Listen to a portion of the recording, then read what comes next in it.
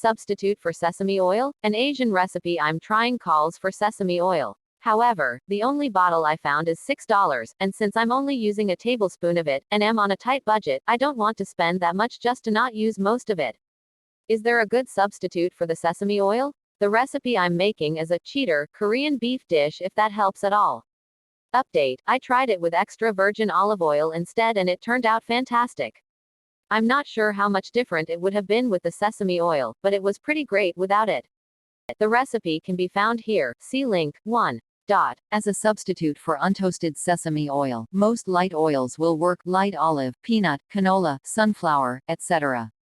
Any nut or seed oil should be pretty close. Toasted sesame oil has a much bolder and nuttier flavor. It could perhaps be approximated with a light oil and adding toasted sesame to your dish.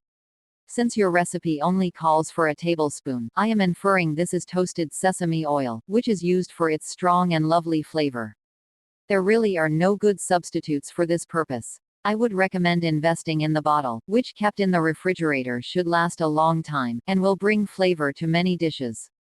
If you choose not to do that, I would simply omit the sesame oil, although your dish will lack certain depth and complexity the oil brings.